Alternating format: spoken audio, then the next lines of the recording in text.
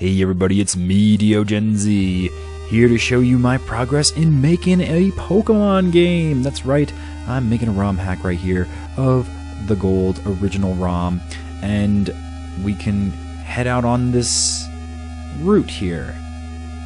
Right, well, before we head out on our grand adventure, I suppose you should know why I'm not making my Pokemon game as a ROM hack anymore. But that doesn't mean I'm not making my Pokemon game. It's actually very far in. I've already made the first gym and whatnot, but I do want to go over the process here with you of why it was so difficult to do a ROM hack. So to ROM hack, you need a myriad of different programs, the first of which I would recommend is Gold Map. It is the basic map editor that you could use with Pokemon Gold or Silver. I don't really think it works with Crystal, but there are other map editors for that. But as you can see, there's different things like P's and W's, letters, those all stand for events. And the events are, you're able to place them in different spots, and so you can make tiles like that. However, they're very inflexible, and you can make one block. As you're seeing, that square is the only size you can get, so you can't do 1 pixel or one tinier square like these events are sitting in. You can't edit the tile set at such a small degree in Gold Map. And editing events, look at all these letters. Every letter is an event of some type. It's a nightmare. And you have to know hex editing. Yeah, these friendly little colored letters, all those values attached to the menus mean something. What they mean, I really couldn't tell you. It's kind of like decoding an alien language. It's unraveling the ROM, literally. See, this is Route 29 here. That was what New Bark Town was. And, I had so many high hopes for this game. Making it in the ROM editing sense was so much harder because all the events you're seeing, I had rudimentary understanding of what the numbers meant only because I was tracking them menu slot by menu slot.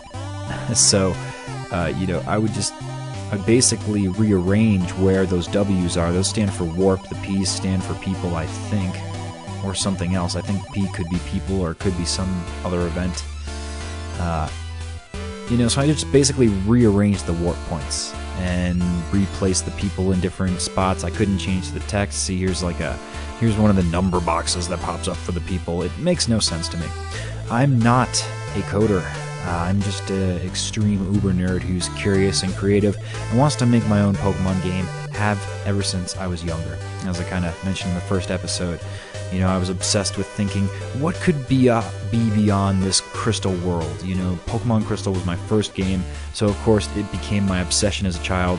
The only Pokemon game I had for a long time. Imagine starting with a colored Pokemon game when so many other people started with red or blue, and not they're bad in any sense, but here you can sort of see the corruption starts on the towns as you edit the warp points.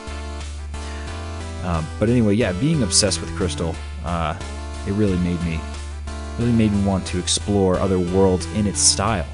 That's why I kind of became obsessed with this styling, just the colors, and it's definitely a giant nostalgia factor, but I see it in many people.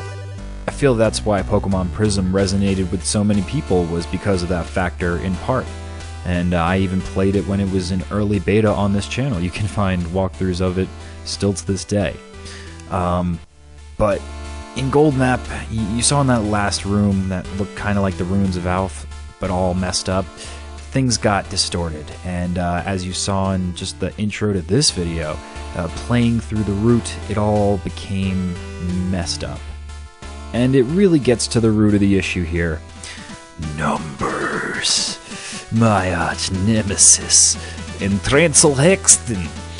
It's a hex editor, and it's essential to editing any ROM. So whether it's a gold ROM, crystal ROM, or something earlier or later, like fire red or leaf green, you're probably going to need a hex editor. and I don't even know what all that stuff does. It's just so many numbers, and those numbers apparently correlate with something that the warps and the people things have. But there's also this other problem here. All these windows I'm dragging up are separate programs. You got that right. Separate programs needed to edit the ROM file. So when you're troubleshooting and you're working with so many applications here just to edit one thing like the market or a trainer or, oh wait, we don't even have them all out. Hold on, let me just get these up real quick because there's still more. Wait, there's more. Editing another Mart editor because the other one didn't work. I got so many different map programs. I settled on Johto Map because, or Gold Map rather. It was the only one that worked. Johto Map I did have, it didn't work. All these things to edit what your starter Pokemon is, the trainer trades that are in game.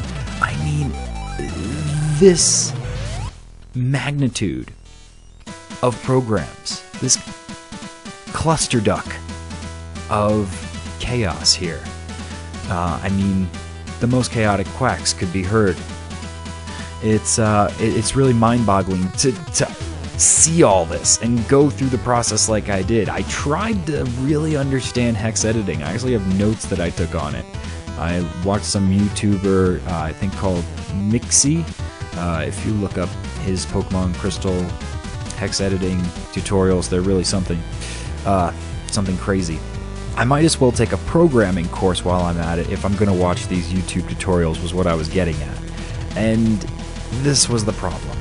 All these applications, all the different points and events I couldn't edit, I couldn't customize anything, and then my world literally fell apart, started glitching out on me.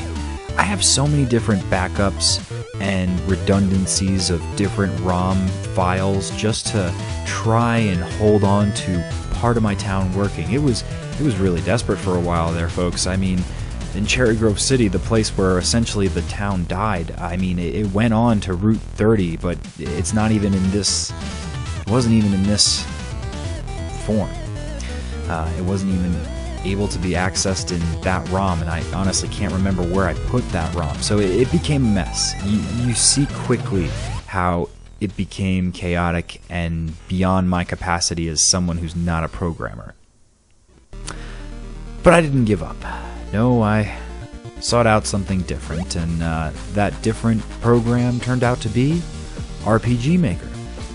So, on the next episode, I will delve into my actually progressing current Pokemon game that I'm making, and I think you're going to enjoy what you see. Oh, and I forgot, this is the technically 3,000th video I've made?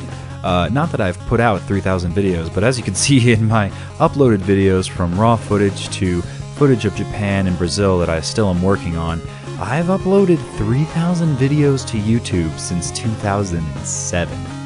That's a major milestone, and also happened to coincide with me reaching officially 6,000 subs. Thank you all so much for supporting me over the years. I really do this out of passion. It's fun to share my love of Pokemon with all of you, and as such, the next episode will have links to my Pokemon game. So I'll see you in the future.